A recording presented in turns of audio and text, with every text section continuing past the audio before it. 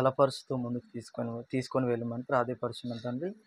మీరు ఏదైతే మాతో నిశ్చయించుకొని ఉన్నారో అది మాత్రమే మాతో మాట్లాడి మమ్మల్ని బలపరచమని, ఈ లోకరీత్యా నా ఇష్టానుసారమైన మాటలు పలకకుండా కేవలం మీ చిత్తానుసారమైన పలుకు మా అందరి హృదయాలకు తాకుటకు సాయాన్ని కృపను అనుగ్రహించమని, ప్రారంభం నుంచి ముగింపు వరకు మీ యొక్క తోడు, మీ యొక్క సహాయాన్ని వేడుకొనొచ్చు.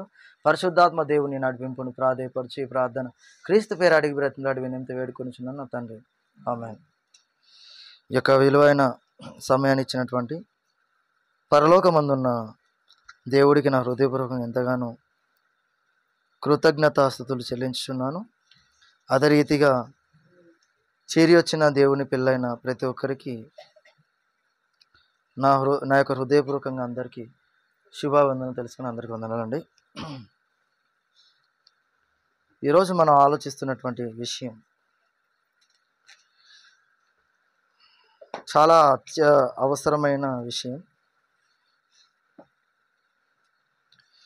ఏ విషయం అని మీరు అడిగితే, ఎదుటివానికి బోధించి నీకు నువ్వే బోధించుకున్నవా. అంశము, ఎదుటివానికి బోధించు నీకు నువ్వే బోధించుకున్నవా. రోమీయులకు రాసిన పత్రిక 2వ అధ్యాయం, రోమీయులకు రాసిన పత్రిక 2వ అధ్యాయం 21వ వచనం.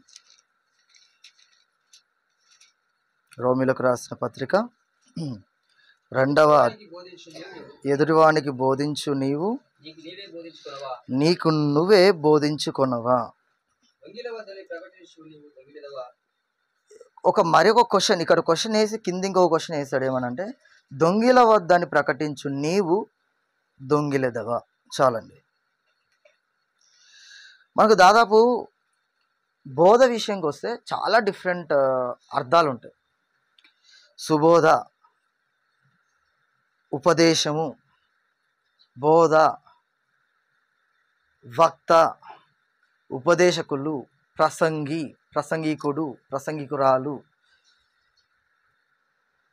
ఇలాంటివి ఎన్నో అర్థాలు ఒక వాక్యానికి, లేదంటే ఒక మాటకు, లేదంటే ఒక స్పీచ్కి ఉన్నటువంటి డెఫినేషన్స్ చాలా. మీకు ఒక విషయం చెప్పాలి. మహాత్మా గాంధీ గారు తన జీవితంలో ఒక స్పీచ్ ఇవ్వడానికి, స్టేజ్ పైనకి ఎక్కడానికి చేతులు కాళ్ళు వణికిన సందర్భాలు ఉన్నాయంట. ఆయన జీవిత చరిత్రను, ఆయన పర్సనల్గా ఆటోబయోగ్రఫీ, తన స్వజీవితం గురించి రాసుకుంటూ తను రాసిన ఓ చిన్న వర్డ్ ఏంటంటే, ఆయన ఎప్పుడైతే మాటలు లేదంటే ఒక ప్రసంగాన్ని ఇవ్వడానికి నించున్నాడో, వెళ్ళాడు, ఇవ్వడానికి ఇష్టపడలేదు, జస్ట్ హాయ్ చెప్పి వచ్చి కూర్చున్నాడు. అంటే నేను ఇక్కడ ఎందుకు చెప్తున్నంటే, ప్రారంభంలో వాక్యము లేదంటే ఒక ప్రసంగము లేదంటే ఒక మాట చెప్పడానికి ప్రజలందరి ముందట నిల్చొని మాట్లాడడానికి భయపడేవారు, అది నెమ్మదిగా భయం పోయి అందరి మధ్యలో నిల్చొని ధైర్యంగా మాట్లాడే ఆ స్థితి వచ్చిన వారికి నేను అడుగుతున్న ప్రశ్న ఏంటంటే, మాట్లాడడానికి భయపడుతున్నావు ఏంటిది? అందరూ ఉన్నారు, అందరూ చూస్తున్నారు అని ఒక భయం ఉంది. అది కాస్త అలవాటుతో పోయింది, ఓకే. కానీ ప్రారంభంలో నీకు దేవుని భయం ఉన్నదా? ఇక్కడ ఏంటంటే, ఎక్కడ నించున్నా కూడా ప్రారంభ దశ మొదలుకొని చివరి చచ్చిపోయేంత వరకు ఎన్ని స్థలాలు వెళ్ళినా, ఎన్ని ప్రాంతాలు మారినా, ఎన్ని దేశాలకు వెళ్ళినా, ఎన్ని ప్రాంతాలకు వెళ్ళినా అక్కడ భయపడాల్సింది ఎవరికి కాదు, ఒక వ్యక్తి, ఒక భక్తుడు, దేవుడికి. ఈ రోజుల్లో ఏమైపోయిందంటే, ఆ వాక్యం అంటే ఆ ఈజీలే చెప్పేస్తాం. ఏముంది, వాక్యమే కదా. డైలాగ్స్ ఎలాంటి డైలాగ్స్ అంటే చిన్నపిల్లలు కూడా చెప్తారు. అఫ్కోర్స్ చిన్నపిల్లలే చెప్తారు. ఏది? కంఠత వాక్యాలు. కానీ దీనిలో ఉన్నటువంటి ఆత్మ సంబంధమైన భాష పిల్లలకు అర్థం కాదు కదా. ఆత్మ నడిపింపు ఉన్నవాడికి లోతైన సంగతులు అర్థం చేయబడతాయి. అంటే ఈ రోజుల్లో బోధ అంటే బోధ కాదు, వాక్యం అనేది నార్మల్గా వాక్యం చెప్పడం అనేది చాలా మందికి ఏమైపోయిందంటే నవ్వులాటగా, ఆటలుగా అయిపోయింది. చిన్నపిల్లలు చెప్తారులే, పుట్టినోడు చెప్తారులే, పెరిగినోడు చెప్తారులే, చదివినోడు చెప్తారులే. ఇది బైబిల్ చదివినోడికి కూడా అర్థం కాదు సరిగా. మీరు నమ్మాలి. బైబిల్ని మొత్తం ఒకటేసారి మొత్తం పూర్తిగా చేసిన వాడికి కూడా అర్థం కాదు. ఆత్మ సహాయం, ఆత్మ నడిపింపు ఉన్నవారికే అర్థమవుతుంది. ఉన్నవారికే అర్థమవుతుంది. ఆలోచించండి. అదే పౌలుని తీసుకుందాం. సౌలుగా ఉన్నప్పుడు ఏం జరిగింది? ఆయన బోధను గ్రహించలేకపోయాడు. ఎప్పుడైతే ఆత్మ కలిగించి అర్థాలు, ఆత్మ కలిగించే ఆ లోతైన మర్మాలు తెలుసుకున్నాడు, అప్పుడు ఆ వ్యక్తి బాగా చదువుకున్నాడే, బాగా జ్ఞానం తెలిసిన వాడే. అదే వ్యక్తి జ్ఞాని ఏమైనా శాస్త్రీయమైన ప్రశ్నించిన వాడే కదా. మరి దేవునిలోకి, క్రీస్తులోనికి అడుగు పెట్టకంటే ముందు ఈ జ్ఞానం ఏమైంది? ఈ వాక్యం లోతైన మర్మాలు ఏమయ్యాయి? అర్థం కాలేదు. ఇవన్నీ ఎందుకు చెప్తున్నారు అని మీరు అడిగితే, అంత మంచి అర్థం చేసుకునే కెపాసిటీ లేదంటే అంత మంచి ఆత్మ సహాయం దేవుడిస్తే ఇక్కడ చెప్పేసి మళ్ళీ తన సొంత ఇంటికి లేదా సొంత ప్రాంతానికి వెళ్ళిన తర్వాత ఆ వ్యక్తి ప్రవర్తన ఎలా ఉంది? సామాన్యుని కూడా రాదే ఇంత మంచి ఆత్మ సహాయం. చదువుకున్న వాడికి కూడా రాదే ఇంత మంచి సహాయం. డిగ్రీలు చదివిన వాడికి రాదు ఈ సహాయం. పీజీలు చదివిన వాడికి ఇంత సహాయం రాదు. ఏమి రాని వాడికి ఇంత మంచి సహాయం ఇస్తున్నాడు మనందరికీ అని అంటే ఆలోచించండి. ఈ సహాయం అక్షర జ్ఞాన సహాయం కాదు, ఆత్మ సహాయ జ్ఞానం. అందుకని ఈ జ్ఞానం ఇక్కడి నుండి వచ్చినది కాదు, పరలోక సంబంధమైనది. అక్కడి నుంచి దిగి వచ్చిన జ్ఞానం ఎవరు చెప్తే అర్థమవుతుంది? అక్కడి వారు చెప్తే అర్థమవుతుంది. వాక్యం చెప్పడం ఏదో ఏదో ఆటలు అయిపోయినాయి. కానీ ఈ రోజుల్లో వాక్యం చెప్పడం కూడా ఏమైపోతుందంటే కౌంటర్ల మీద, ఎవరి కౌంటర్లు, ఎవరి మీద ఈ దూషణలు, ఎవరి మీద ఇవన్నీ వ్యక్తిగత ప్రయత్నాలు. బోధకులకు లేదంటే సేవకులకు డిఫరెన్స్ మనకు అందరికి తెలియాలి. వాక్యం అనేది మనం అందరిది వింటున్నాం, వినాలి, ఓకే. కానీ విన్న తర్వాత ఆ వ్యక్తి చెప్పింది వాక్యంలో ఉన్నదా, బైబిల్లో ఉన్నదా? చెప్పినోడు చెప్పినట్టుగా ఉంటేనే దేవుడు ఇంకా మరింత సహాయం చేస్తాడు. వాడు ఇక్కడ ఒకలాగా చెప్పేసి మళ్ళీ ఇంకోలాగా ఇంటి దగ్గరికి వెళ్ళి ప్రవర్తిస్తున్నాడంటే వాడికి దేవుని సహాయం అందదు. ఆ వ్యక్తికి లేదంటే ఆ సేవకుడికి, ఆ బోధకుడికి దేవుని సహాయం అందదు. చెప్పింది ఒకలాగా, బ్రతికేది ఒకలాగా ఉంటే. ఇక్కడ అదే చెప్తున్నాడు. ఇంకో మాట చూడండి, యెషయా గ్రంథం 56వ అధ్యాయం, యెషయా 56:11. యెషయా 56:11. యెషయా గ్రంథం 56వ అధ్యాయం 11. ఎలా చూస్తున్నా చూడండి, దేవుడు ఎలాంటి పెద్ద మాట అంటున్నా చూడండి. కుక్కలు తిండికి ఆతురపడును, ఎంత తినినను వాటికి తృప్తి లేదు. ఈ కాపర్లు అలాంటి వారే. వారు దేనిని వివేచింపగలరు? వారందరూ తమకిష్టమైన మార్గమున పోదురు. ఒకడు తప్పకుండా అందరూ స్వప్రయోజనమే విచారించుకుందురు. ఏ స్వప్రయోజనం చెప్పండి? ఈ మాట నేను ఈరోజు అసలు మాట్లాడొద్దు. నేను దాదాపుగా 5-6 ప్రసంగాలు ఒకటేసారి రాసి పెట్టేసిన అంశాలు. టైం ఎప్పుడు ఉంటుందో తెలియదు, దేవుని సహాయం బట్టి అన్నీ దాదాపు 5-6 ప్రసంగాలు అయినాయి, మెసేజెస్. ఈరోజు ఇది చెప్పాలనుకోలేదు, దాదాపుగా నేను వేరే అంశం చెప్దాం అనుకున్నా. కానీ బోధకులు అని చెప్తున్నా చూడండి, ఎంత మోసం చేస్తున్నారంటే దేవుణ్ణి, చాలా దారుణంగా వాళ్ళు చేసే పనులకు గుండె నిండా ఎంత బాధ అనిపిస్తుందంటే, అసలు మీరు సేవకులేనా? మీరు వాక్యం చెప్పేవారేనా?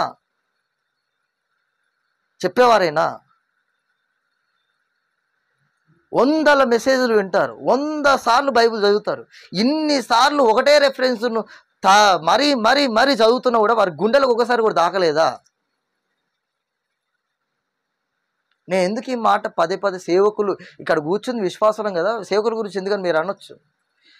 సేవకులే ఇంత కఠినంగా మారిపోతే విశ్వాసులను మింగడా సాతాను? మరి సేవకులకు ఎవరు చెప్పాలి? విశ్వాసులు లేవాలి. మీకు ఒక మాట, ఒకప్పుడు దేవుడు ఏం చెప్పాడంటే, పెద్దవాళ్ళకి పెద్దవాళ్ళు దేవుని మాట వినట్లేరని, ధనవంతులు చాలా పెద్దవాళ్ళు దేవుని మాట వినట్లేరని దేవుడు ఎలాంటి వాళ్ళు నిలబెట్టుకుంటే తెలుసా? చిన్న పిల్లలను. సౌలు చూస్తేనేమో ఆజానుభావుడు, దావీదు చూస్తేనో చిన్న బాలుడు. బోధకునికి కళ్ళు నెత్తికెక్కితే దేవుడు చిన్న బాబుని నించబెట్టి సిగ్గు చెప్తాడు. కాలం ఎలాంటి కాలం? అన్యులు బైబిల్ మీద పడే వాతావరణం బాలేదు. కాలం దగ్గర పడింది. ఇది అంత్య దినములు. ఈ దినాలలో ఎవరిని ఎలా బ్రతికించాలి, ఎవరిని ఎలా రక్షించాలి, ఎవరిని ఎలా కాపాడాలి, ఇలాంటి ఆలోచన ఉండాల్సిన పోయి నువ్వు ఇది చెప్తావా, నువ్వు ఇది చెప్తావా, నువ్వు ఇందుకోసం చెప్తావా, నువ్వు ఫేమ్ అవుతావా, ఇవన్నీ ఎవరి కోసం చెప్తున్నావు అసలు? అంటే నీ టార్గెట్ విశ్వాసులు కాదు, నువ్వు మార్చాల్సింది పక్కనోని పట్టుకొని ఊగులాడుతూ ఉంటావు. స్ట్రైట్ ఫార్వర్డ్ మాట్లాడుతున్న మాట ఇది. అలాంటి వారు సేవకుడు పదానికి కూడా అర్హులు కాదని చెప్తున్నాడు. బైబిలే చెప్తుంది, నేను కాదు, నేను అర్హుని కాదు చెప్పడానికి. బైబిల్ చెప్తున్న స్టేట్మెంట్ నేను చదువు చెప్తున్నా. అసలు ఈ పదానికి, సేవకుడు అనే పదానికి అర్హులు కానే గారు ఇలాంటి తత్వములు ఉన్నవాళ్ళు. సమాధాన పడాలి, అందరం కలిసి వెళ్ళాలి, వాక్యాన్ని పంచాలి, బలపరచాలి, సుబోధన అందించాలి. అంత్యదినములు, క్రీస్తు రాకడకు సిద్ధపరచబడాలి, అందరినీ సిద్ధం చేయాలి, పాపం ఏమైనా ఉంటే తొలగించుకోవాలి, మిగతా వాళ్ళకి చెప్పాలి. ఈ యొక్క యావలో ఈ యొక్క ధ్యాసలో ఉండాల్సిన సేవకులు ఎలాంటి ధ్యాసలో ఉంటారు? రాత్రి నువ్వు ఫేమ్ అవుతావా, నువ్వు ఎందుకోసం వెళ్తావా, నువ్వు ఆ ప్రాంతి, నీకు ఎందుకు నాకు అర్థం కాదు.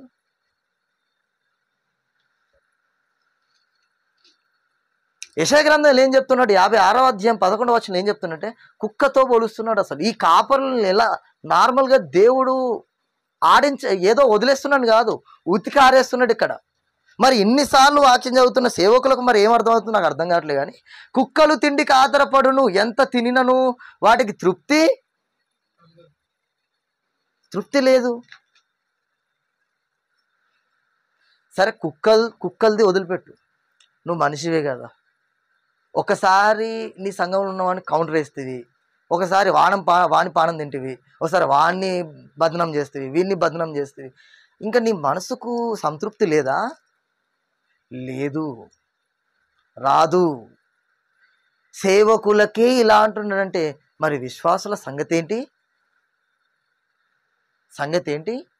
విషయం ఏంటిది? పరిస్థితి ఏంటిది? ఇక్కడ ఒక ముచ్చట. పైన ఇచ్చినటువంటి హెడ్ ట్యాగ్ లైన్ ఏదైతే ఉందో, ఎదుటివాడికి బోధించు, నీకు నువ్వే బోధించుకున్నావా అని ఏదైతే ట్యాగ్ లైన్ ఇచ్చానో, లేదంటే అంశం ఇచ్చానో, అది మనకు కూడా వర్తిస్తుంది. చెప్పవా పిల్లలతోని, ఇలా ఉండొద్దు నాన్న, అలా ఉండాలి నాన్న, ఇలా చేయొద్దు నాన్న, అలా చేయాలి నాన్న. నువ్వు చెప్పాలి, నువ్వు కూడా వాక్యం చెప్పేవాడివే. మరి మనం అంతా ఎలా ఉన్నాం? ఒక్క మాట చెప్పమంటారా? ఎదిగేవాడిని ఎదగనిద్దాం ప్రేమైన వాళ్ళరా. వాడిని కాలు బట్టి లాగి, పాము చచ్చిన పాముని కొడితే ఎట్లుంటుంది? ఎదిగేవాడిని ఎదగనివ్వాలి. ఎదగనివ్వకుండా వాడిని పట్టి లాగి గుంజి ఎన్ని రోజులు గుంజుతావు? అతను మనిషి, అతను చేస్తున్న సేవేనే కదా. అతను నీలాంటి సేవకుడే, నీలాంటి కాపరే కదా,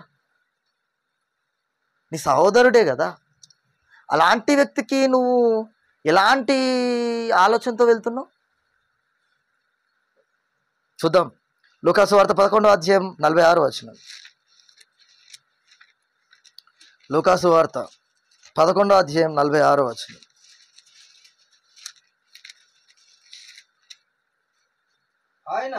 ఆయన అయ్యో ధర్మశాస్త్రోపదేశకులారా, మోయ శక్యము కాని బరువులను మీరు మనుషుల మీద మోపుదురు గాని, మీరు ఒక వ్రేలితోనైనను ఆ బరువులను ముట్టరు.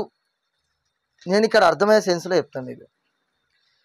సేవకుడు కార్యక్రమానికి ఏది పెట్టడు, మాటికి చెప్తాడు. అక్కడ ఒక కార్యక్రమం ఉంది, మన చర్చిలో ఒక కార్యం చేయాలి, సేవకులను ఇన్వైట్ చేయాలి, ఇది చేద్దాం, అది చేద్దాం. నెలకు ఒక్కొక్క ప్రోగ్రాం పెట్టుకుంటేవి, వారంకి ఒక్కొక్క ప్రోగ్రాం పెడితేవి. వాళ్ళ దగ్గర ఉండాలి కదా డబ్బులు, పెట్టు పెట్టు పెట్టు ఏం పెడతారు? వాళ్ళ పరిస్థితి ఆలోచించాలి కదా.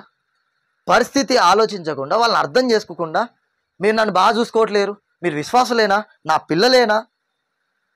దేవుడు ఏమంటాడంటే, నువ్వు అసలు సేవకుడే కాదు నాయన, నువ్వు వెళ్ళిపో అంటాడు దేవుడు. ఈ మాటలు మనము అంటే దేవుడు ఏమన్నంటే, వేధిస్తున్నారు మీరు సంఘాన్ని. ఏమన్నాడు దేవుడు? మీరు మోయ శక్యము కాని బరువులను, అసలు వాళ్ళ మీద ఇంత వజను, ఇంత బరువు వాళ్ళు ఎంతవరకు మోస్తారో అంతవరకు పెడితే బాగుంటుంది. కానీ మరీ నిన్ను చూసుకోవడం ఇంకెక్కువ.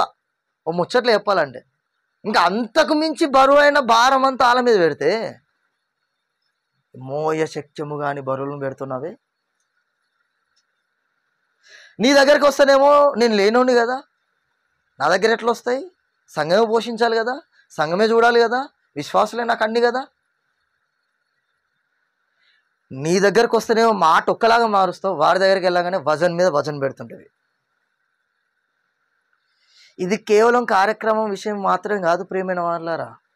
ఒక మరీ అద్భుతమైన మాట ఉంది. ఒక సేవకుడు ఏమంటాడంటే, ఓ రోజు వెళ్ళి ఒక దగ్గర అబద్ధం ఆడిండు. అబద్ధం ఆడుతున్నప్పుడు కళ్ళ ముందు ఓ విశ్వాసి చూసిండు, అయ్యగారు అబద్ధం ఆడొద్దని సంఘంలో చెప్పారు, మరి మీరే అబద్ధం ఆడాలంటే, అప్పుడప్పుడు ఆడాలరా, ఎప్పుడెప్పుడు? అప్పుడప్పుడు ఆడాలి. మరి అప్పుడప్పుడు ఆడాడు నువ్వెందుకు చెప్పిన మరి సంఘంలో ఈ బోధ? అంటే రాజీ పడుతున్నారు బోధలు, వారికి ఒక్కలాగా సంఘానికి ఇంకొకలాగా అలా చెప్పి నువ్వు బతికేం లాభం నాకు అర్థం కాదు. నేను అనొద్ది మాట, చాలా కోపం వస్తుంటుంది అలాంటి వారిని చూస్తే. నువ్వు పట్టుకున్న బైబిల్ ఏంది, నువ్వు అడుగుపెట్టిన సన్నిధి ఏంటిది, ఆయన కళ్ళ ముందు నీకు ఎంత ధీమా, అంత ధైర్యంగా బతకడానికి. చెప్పేదో ఒకలాగా బ్రతికేదో ఒకలాగా ఉంటే నిన్నెందుకు రప్పిస్తాడు దేవుడు? ఇంకో దగ్గర అదే సేవకుడు వేసిన అటేమని, కానుకలు పట్టే కానుకలు బట్టి నిజాయితీగా ఉండాలని చెప్పేసి దానిలో నుంచి ఈయన కొట్టేసి తినేసి, అయ్యో సంఘంలో డబ్బులు మాయమైపోయినాయి, ఎవరు దొంగతనం చేసిరు. పట్టిన ఆ ఉన్నటువంటి యవనస్తులు పట్టుకొని వచ్చిన, అయ్యారు ఆ రోజు మీరే తీసి నేను చూసినా అన్నాడు. టైపే దొరికాడా? అంటే చెప్పిన మీరు చెయ్యరా? చెయ్యాలి కదా, చెయ్యరు. చేసే వాళ్ళని లాగుతారు. మీరు చెయ్యరు, చేసేవాడిని లాగుతారు. ఏమంటాడు ఇక్కడ? మీరు మోయశక్యము కాని బరువులను వారి మీద మోపుతున్నారు మోపుతున్నారు మోపుతున్నారు మోపుతున్నారు. వారికి ఉన్నటువంటి విశ్వాసము నువ్వు ఎంత బలి చేస్తున్నావు ఆలోచిస్తున్నావా? ఏమంటే ప్రేమైన వారు, మీరు ఒకసారి ఆలోచించండి. మనం ఒకళ్ళు పిలుస్తున్నామంటే వారి ఇష్టంతో రావాలి. పదే పదే ఆపులోని తిరిగి ఆ ఇంటి ముంగడు వాడి కూర్చున్నావు అనుకో, వాడు ఏమంటాడు ఇక నెక్స్ట్ సారి, నీకో దండం, నీ ఇంటికో దండం, నా ఇంకోసారి నా గడమ దొక్కినావా కాలేరు కూడా తంటాడు ఆడే. అంటే నీతో నువ్వేం చేసినట్టు? విశ్వాసానికి దూరం చేసినట్టుగా. విసుగు పుట్టించొద్దు ప్రియమైన వాళ్ళ, ఒకరికి విసుగు పుట్టించొద్దు. ఎంతవరకు చెప్పాలో, ఎంతవరకు సావాసంలో ఉండాలో, ఎంతవరకు ప్రేమతో మాట్లాడాలో, ఎంతవరకు మంచిగా ఉండాలో ఉండు. వాడు ఉండలేకపోతున్నాడు నీలాగా, పక్కకు జరుగు. విసిగించకు. ఇవేవి నిజంగా బైబిల్ చదువుతున్న వారికి బోధ ఏంటిది, బోధకుడు ఏంటి, సేవకుడు ఏంటి, సేవ ఏంటిది, వాక్యం ఏంటి, ఈ తారతమ్యాలు లేకుండా సేవ చేస్తే అవుద్దా సేవ? ఊరికే అన్నాడు ఆయన సర్వసృష్టికి వెళ్ళి సువార్తను ప్రకటించమని. ఎంతో ఉంది లోతైన మాటలు, ఎంతో ఉంది. మనం కూడా ఎలా ఉన్నామంటే, ఆ పార్టీ చెప్తే ఆ పార్టీ జెండా జై, ఈ పార్టీ చెప్తే ఈ జెండాకు జై. ఎవరికి చేయకూడదు చెప్పు ఒకసారి నువ్వు. అంటే వ్యక్తి నీకు పెద్దగా కనిపించి, లేదంటే ఒక వ్యక్తి హుందా కనిపించి, ధనవంతుడికి కనిపించిందే చేరేసి కూర్చోబెడతావు నువ్వే. అంటే ఈ రోజుల్లో నాణ్యమైన సేవ దొరకట్లేదు. ఈ రోజుల్లో నిజం చెప్తున్నా, మీరు ఆలోచించండి, నాణ్యమైన సేవ దొరకట్లేదు. కోట్ వేసుకున్నవానికి చేరేసి కూర్చోబెట్టి సన్మానించి, అయ్యా మీరే చెప్పాలి మాకు, మీరే మాకు ఉండాలి. కోటు సూట్ లేని వానికి ఏం చేయాలి చెప్పండి? అది ఎక్కడుంది చూపించమంటారా? యాకోబు పత్రిక రండి. నేనేదో సొంతంగా చెప్తున్నాను అనుకుంటాను. మళ్ళా యాకోబు పత్రిక 2వ అధ్యాయం 2వ వచనం చూడండి. యాకోబు పత్రిక 2వ అధ్యాయం 2వ వచనం. ఎలాగనగా బంగారు ఉంగరము పెట్టుకొని ప్రశస్త వస్త్రము ధరించుకొని ఒకడు మీ సమాజ మందిరంలోనికి వచ్చినప్పుడు మురికి బట్టలు కట్టుకొని దరిద్రుడు లోపలికి వచ్చిన ఎడల మీరు ప్రశస్త వస్త్రములు ధరించుకున్న వాణిని చూచి సన్మానించి నీవు ఇక్కడ మంచి స్థలమందు కూర్చుండుమని చెప్పి ఆ దరిద్రునితో ఏమంటారంట, నీవు ఇక్కడ నిలిచిపో. ఉందా లేదా? అందుకే నాణ్యమైన సేవ దొరకట్లేదు. మంచి సత్యమైన బోధ, సత్యమైన వాక్యం అందించినోడికి ఎంతవరకు ధనవంతుడు అనే పెద్దరికం ఉన్నవాడు ఎంటర్ అయితే మాత్రం ఈయనకి లేదు విలువ, నువ్వు వెళ్ళిపోవచ్చా బాబు మనమే అంటాం. ఇదా విశ్వాసాలకు ఉండాల్సిన ఒక స్టాండర్డ్ పొజిషన్? ఇదేనా విశ్వాసాలకు ఉండాల్సిన థాట్?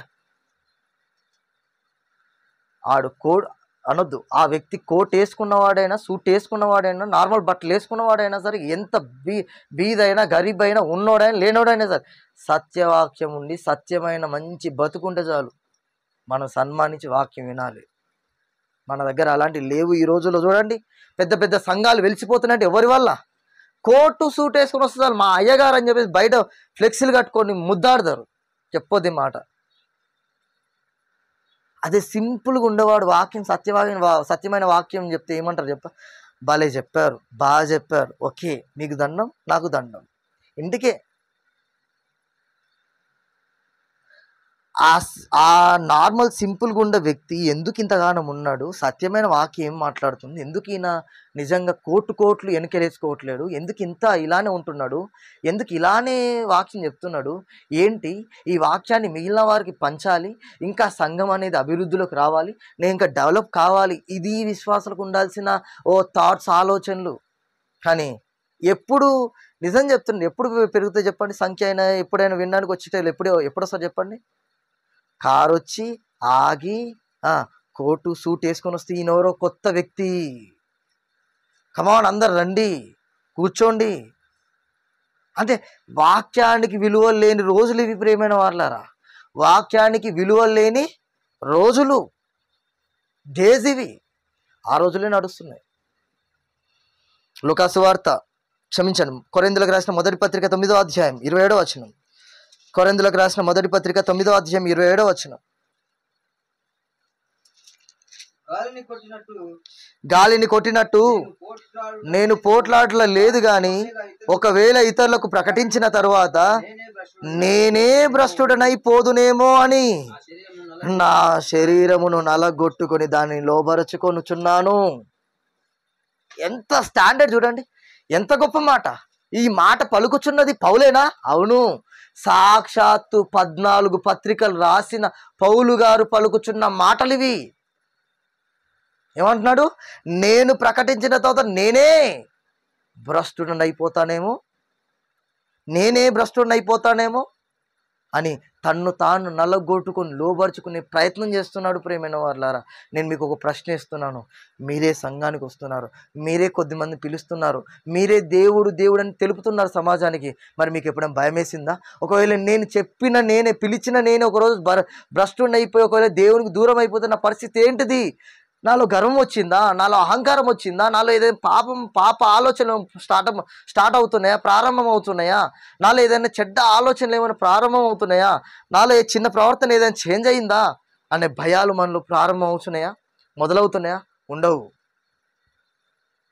ఏదో పక్కింటోని పిలవాలి, పిలిచిన తర్వాత వచ్చి కూర్చోబెట్టాలి, అయిపోయింది, నువ్వు వచ్చావా, అయిపోయింది. కానీ అదే ఒకరోజు నీలో ఆ పక్కింటోడే ఒక చిన్న తప్పు పట్టుకుంటే, అదే చిన్న తప్పు పట్టుకుంటే నీ పరిస్థితి ఏంటిది? చిన్న మిస్టేక్ పట్టుకుంటే సమాజంలో నిన్ను రోడ్డుకి ఇచ్చి ఓ రోజు ఈయననే అయ్యా, ఈయననే అమ్మా నన్ను సంఘానికి పిలిచింది, ఈరోజు ఈయన బ్రతుకు చూడు, ఈమె బ్రతుకు చూడు, ఈమె లైఫ్ చూడు, ఈయన లైఫ్ చూడు, ఈయన తినే తిండి చూడు, ఈయన తాగే పానం చూడు, ఎన్నెన్ని.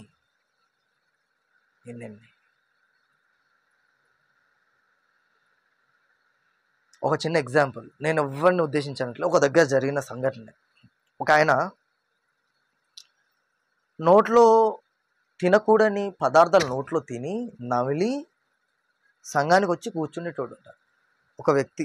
నేను ఆ వ్యక్తి పేరు చెప్పొద్దు, రైట్స్ లేవు. ఆ వ్యక్తి సంఘానికి వాక్యం వినడానికి ముందు ఏం చేస్తాడు అంటే తిని ఉంచి లోపలికి వచ్చి మిగిలింది ఏదో నవ్వులుకుంటూ కూర్చునేటోట సంఘంలో. మిగిలిన చుట్టుపక్కల కూర్చునే వాళ్ళందరూ ఏం చేసేటోళ్ళట అంటే ఆయనను చూసుకుంటే ఆయనకు దూరంగా జరిగేటోళ్ళట. ఎందుకు చెప్పండి మీరు?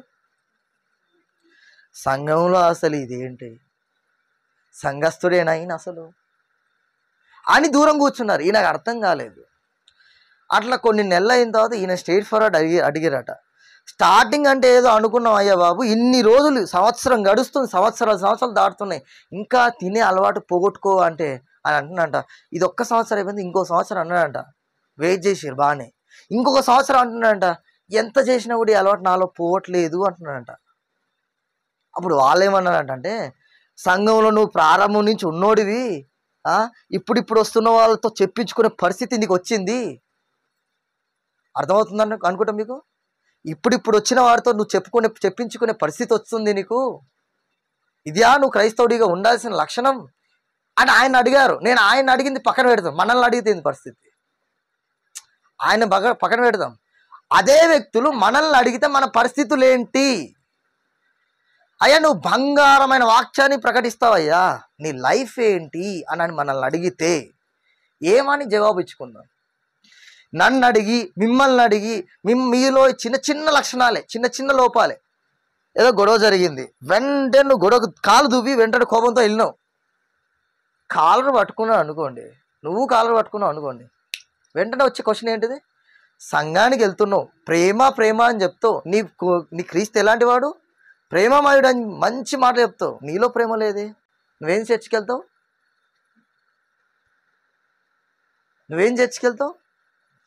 ఇది కేవలం కోపపడే విషయం కాదు. దొంగతనం చేసి దొరికిన వాడిని కూడా అడిగే క్వశ్చన్ ఇదే. వ్యభిచారం చేసి దొరికిన వాడి క్వశ్చన్ ఇదే. ఈరోజు బాధాకరమైన విషయం ఏంటంటే, సంఘంలో సేవకుడే వ్యభిచారం, సిగ్గు శరం లేకుండా సంఘంలో వ్యభిచారపు పనులు జరిగిస్తున్న సేవకుడు నీకు ఒక్కసారి కూడా వాక్యం అనేది నిన్ను గుండె తీసి కోసి అడగలేదా? అడగలేదా? అడగడనుకుంటున్నావా? దేవుడు నీ పీక పట్టుకొని ఒక రోజు నీ కాలర్ పట్టుకొని అడిగే దేవుడు ఉన్నాడు. ఈ రోజుల్లో నువ్వు అబద్ధం ఆడిన నీ గల్లీ వారు పట్టుకుంటారు, నీ ఇంట్లో వాళ్ళు పట్టుకొని నువ్వేం చర్చికని అడుగుతారేమో. చచ్చిపోయిన తర్వాత నీకుంటుంది దేవుని చేతిలో తీర్పు, ఆగని తీర్పు. అది ఏంటి? సంఘం అంటే ఆషామాష. అందుకే బోధించు నీవు, నీకు నువ్వు బోధించుకోవా? ఏం చక్కగా చెప్తున్నావు? ఈ రోజుల్లో నిజంగా డ్రెస్ సెన్స్ కూడా పట్టుకుంటున్నారు ప్రేమైన. మీకు అర్థం కాదు ఇది. వేసుకునే డ్రెస్ సెన్స్, మాట్లాడే విధానం, ఉండే విధానం, హెయిర్ స్టైల్స్, అన్నీ లోకంలో ఉన్న చిన్న హీరో ఎవరిదైనా నువ్వు ఒక్కసారి నీకు తెలియకుండా నువ్వు చేయించుకొని ఆవేశంతో కనిపించినా కూడా ఏమంటారు వాళ్ళు? వెంటనే నువ్వు సినిమాలు చూడొద్దంటావు, ఇదేంటావు, అదంటావు, వేసేమో అవే, చూసేమో అవే, వినేమో అవే, నువ్వు సంఘానికి ఏమొస్తావు?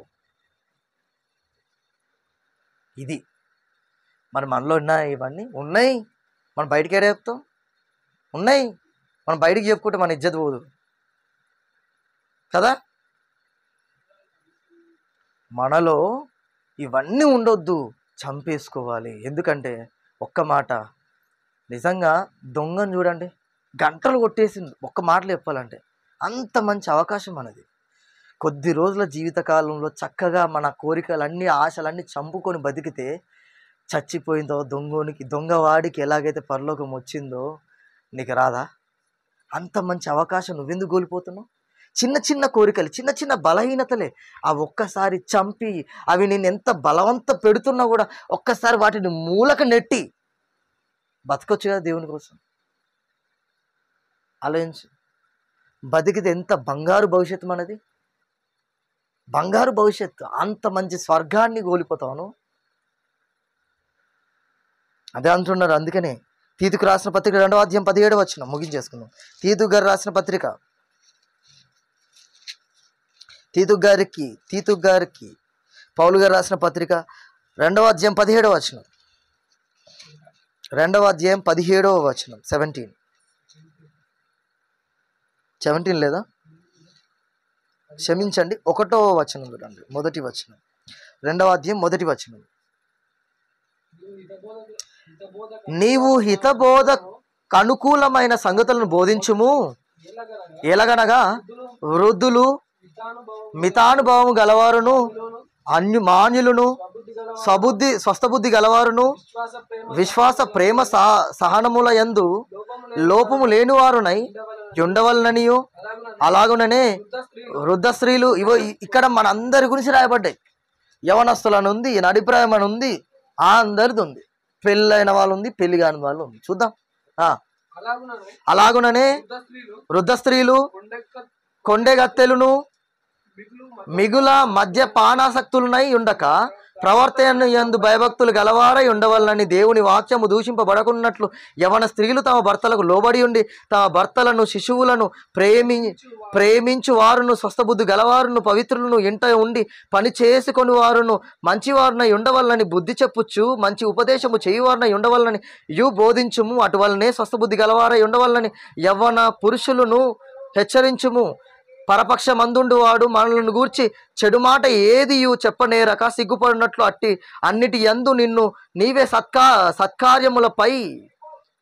సత్కార్య విషములమై మాదిరిగా కనపరుచుకొనుము. నీ ఉపదేశము మోసము లేనిదిగాను, మాన్యమైనదిగాను, నిరాక్షేపమైన హితవాక్యముతో కూడినదిగాను ఉండవలెను. ఏమన్నాడు? కొండగత్తలంటే ఏంటిది? కావాలని గొడవ పెట్టుకోవడం, కావాలని. ఇప్పుడు కొండగత్తలంటే బయట కాదు. ఇఫ్ యూ డోంట్ మైండ్, భర్త వచ్చి కాస్త అలసట తీసుకుందాం అంటే బయట విషయాలు, ఇంట్లో విషయాలను రాచి రంపాన పెట్టి గొడవ పెట్టనే వేసుకుందాం అని చేసే వాళ్ళని కూడా కొండగత్తలు అంటారు. బయట ఉన్నారు. ఒకరోజు వేరే ప్రాంతంలో లేండి, భార్య ఏం చేస్తుందంటే భర్తని బయట నుంచి సౌండ్లు ఏమైందంటే భర్త వచ్చి జస్ట్ నీళ్ళు అడిగాడు అంతే. భార్య ఏమన్నాడ, నీలాగా నేనే ఒట్టి కూర్చోలేను, గొడవ నేను కూడా పని చేసి వచ్చిన దాన్నే, కాళ్ళు లేవా చేతులు లేవా అనేసరికి ఆయనకి ఏమైంది, నేను మొగోడిని నన్ను అంటావా, వెంటనే జుట్టు పట్టుకునే. ఆమె ఏమన్నది, నువ్వు నా జుట్టు పట్టుకుని నీ బనీనే ఉందా ఉట్టిగా అని చెప్పి బనీని పట్టుకునే. ఇలాంటి వాడిని ఏమన్నా చెప్పండి? కొండే అంటే గొడవలకు సిద్ధపడే చెప్పాలి ఇక ఘనమైన స్త్రీలు, బంగారు తల్లి అంటారు మన తెలంగాణలో. అంటే ఇలాంటి కేటగిరీలో మనం ఎవరమైనా ఉన్నా కూడా ప్రమాదమే. అది కేవలం భర్తతో అని మాత్రమే కాదు, అత్తతో, మామతో, ఇంక ఇంట్లో ఉన్న వారు ఎవరితోనైనా సరే, ఎవరితో, నీ బంధువులతోనైనా, నీ ఇంటి బయట ఉన్న వారితోనే, నీ స్నేహితులతోనే కావాలని నువ్వు గొడవ పెట్టుకొని ఆయన్ని ఏడిపించి ఆయన మనశ్శాంతి లేకుండా అమ్మే సాటిస్ఫైడ్ అని అనిపిస్తా చూడు, అప్పుడు నిన్నేమంటారు? ఇక కొండెగత్తే. ఇంత మంచి వాక్యాన్ని చదివిన మనము మన ప్రవర్తనలో చూడండి ఎన్నెన్ని వేరియేషన్స్ ఉన్నాయి. సంఘానికి వచ్చిన తల్లి అన్నదంట పొయ్యి వేరే తల్లితో, ఎందుకు ఆమె సంఘానికి రాలేదు. ఈమె వెళ్ళి ఏం చెప్పిందట అంటే, సంఘంలో ఏం జరిగింది తెలుసా, వాక్యం చెప్పట్లేదంట పొయ్యి. ఇక్కడ సేవకుడు గొంతు చించి వాక్యం షేర్ చేయండి అమ్మా, అందరు చెప్పండి అమ్మా అని చెప్తే అక్కడ ఊపిన తల చెప్తానయ్యా నేనే చెప్తా అన్నదంట. వాక్యం అంతా అయిపోయిన తర్వాత ఆమె ఏం చెప్తుంది, ఆ ఇంటికి వెళ్ళి, ఈరోజు నిన్నెవరు పట్టించుకోలేదు తెలుసా, నీ పేరు ఎవరు తెలియలేదు తెలుసా, నిన్నెవరు గుర్తు చేసుకోలేదు తెలుసా, నువ్వు సంఘానికి వచ్చి ఏం బెటరు, ఏం మేలు, నిన్నెవరు గుర్తు చేసుకోవట్లేదు, నీ విలువ లేదు సంఘంలో, నీ వాల్యూ లేదు సంఘంలో. ఇలాంటి వాళ్ళని ఏమంటారు చెప్పండి కాసేపు? ఇది వాక్యం వినేవారి పద్ధతి, నైజం ఇదేనా చెప్పండి? ఇదేనా? కాదు.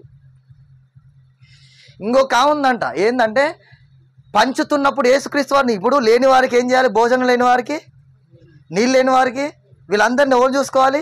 యేసు ప్రభువు వారిని చూసుకోవాలి మనం, అవునా కదా? ఇది క్లియర్. ఒక ఆమె వాక్యం విని ఇంటికి వెళ్ళిన తర్వాత అన్ని సరుకులు ఉన్నాయి, పాపం ఒక ఆమె వచ్చేసి కారం ఏమా అంటే, పనికి వెళ్ళట్లేవా, చేత కావట్లేదా, నీ ఇంట్లో లేదా, ఎప్పుడు నా ఇంటి మీద పడతావు. ఆమె ఏమన్నదంట అంటే, అయ్యో నువ్వు ఇంటిగానో వాక్యం వింటావు కదా, అయ్యో పోయినసారి సేవకుడు ఇది చెప్పాడంట, అది ఆ రోజు మాత్రమే, ఈరోజు చెప్పు నేను ఇయ్యా అన్నదంట. వాక్యం వినేవారి పద్ధతులు నేను జస్ట్ ఎగ్జాంపుల్ చెప్తున్నా, ఇంకా చాలా బొచ్చాడు మీకు తెలుసు, నాకు తెలియని అన్నీ. అవునా? మీకు ఒక్కసారి ఓ రెఫరెన్స్ ఇచ్చి మీరే ఎగ్జాంపుల్ చెప్పమని ఎన్ని చెప్తారో మీరు, లెక్కలేలని చెప్తారు మీరు. పక్కింటి గురించి, మన ఇంటి గురించి, రాష్ట్రం గురించి కూడా మనం చెప్తాం. ఇదంతా మనం ఒకసారి అప్లై చేసుకొని బోధించే మనము ఇలా ఉంటే మనకు తగ్గుతుందా, సెట్ అవుతుందా, సరిపోతుందా? సరిపోదు. ఒకసారి ఆలోచించండి. ఎందుకంటే సమాజం మన అందరిని చూస్తుంది, అందరిని చూసిన సమాజం ఏమంటుందంటే, నువ్వు ఎప్పుడైతే అందరిలో కలవకుండా ప్రత్యేకంగా దేవుని కోసం బతుకుతావో సమాజం ఏమంటుందంటే వీళ్ళు చేతగానోళ్ళు అన్నట్టే చూస్తుంది. కానీ సమాజం అందరి హృదయంలో ఏముంటుందంటే వీళ్ళు మంచోళ్ళు అంటది. అది నువ్వు ఇక అయ్యో నేను అందరు కలవాలి, అందరు నన్ను గుర్తించట్లేరు, అందరు నన్ను ఎవరు కనుగొనట్లేరు అని చెప్పేసి నువ్వు వాళ్ళు కలవడానికి పోయినావు అనుకో, అందరు ఏమంటారు, వీడు పేరుకు మాత్రమే క్రైస్తవుడు కానీ మనలో ఒక్కటేరా అన్నారు అనుకోండి, నీ సాక్ష్యం అయిపోతుంది దేవుడి ముంగట నా సాక్ష్యం ఏమైపోతుంది, కోలిపోతాం, గల్లంత అయిపోతుంది, మాయమైపోతుంది. ఆలోచించండి. కాబట్టి మనం అందరం దేవుని కోసం ఉన్నతంగా కష్టపడుతూ పోరాడుతూ ముందుకెళ్దాం. అందుకని ఇంకా చాలా ఉన్నాయి, టైం లేదు. బోధకులు అవ్వడం కంటే ముందు మనం ఏం చేయాలంటే బ్రతికేవారిగా మారాలి. ఎవరి మీదనో కౌంటర్ లేయడం కాదు. మనం బోధకులలాగా, సేవకుల్లాగా, వారిలాగానే మనం ఉంటే ఇక దేవుడు మనకు కూడా తీర్పు తెచ్చేది. నిజంగా బోధకులైన వారికి మరీ కఠినమైన తీర్పు ఉంది, 2 అంతలు శిక్ష అన్నారు. మరి సేవ చేసే వారికి ఏమర్థమవుతుంది, వాక్యం చదివే వారికి ఏమర్థమవుతుంది? ఇంత భయంకరమైన శిక్ష పెట్టుకొని వాళ్ళ మీద కోపం, వీళ్ళ మీద ద్వేషం, వారి మీద పగ, వీరి మీద కుట్ర, ఇన్ని చేసి మనం వేడికి వెళ్తాం. మనమే గోతు తీసుకున్నట్లేదా ఇది? కాబట్టి బ్రతికేది ఏదైనా సరే ఉన్నది చిన్న జీవితంలో ఎవరిని పల్లెత్తు మాట అనకుండా దేవుని వాక్య ప్రకారం హెచ్చరించుకుందాం. ఇలా ఉండాలి తమ్ముడు, ఇలా ఉండాలన్నా, ఇలా ఉండాలక్క, ఇలా ఉండాలి చెల్లి, ఇలాంటి మాటలతో వెళ్తే మనం ఒకళ్ళొకళ్ళు మంచిగా బలపరుచుకుంటూ ధైర్యపరుచుకుంటూ వెళ్ళిపోతే పరలోకానికి వెళ్ళమా కదా?